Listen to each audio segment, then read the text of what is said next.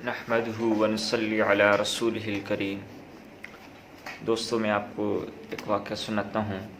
حضرت عبدالعزیز بن رواد رضی اللہ عنہ ایک صحابی ہیں۔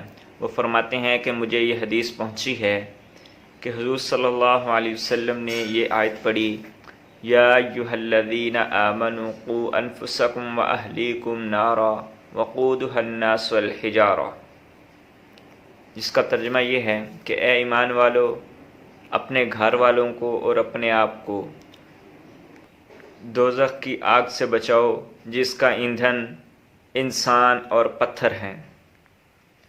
اس وقت نبی صلی اللہ علیہ وسلم کے پاس صحابہ کرام رضی اللہ عنہم اجمعین بیٹھے تھے۔ ان میں سے ایک بڑے میاں نے سوال کیا کہ اے اللہ کے رسول، کیا جہنم کے پتھر دنیا کے پتھروں جیسے ہوں گے؟ نبی صلی اللہ علیہ وسلم نے فرمایا، اس ذات کی قسم جس کے قبضہ میں میری جان ہے، دنیا کے تمام پتھروں کو ملا کر جہنم کا ایک پتھر ان سب سے زیادہ بڑا ہے۔ یہ سن کر وہ بڑے میاں بے ہوش ہو گئے۔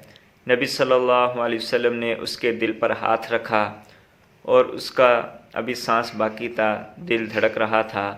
نبی صلی اللہ علیہ وسلم نے فرمایا، اے بڑے میاں اٹھو اور پڑھو لا الہ الا اللہ۔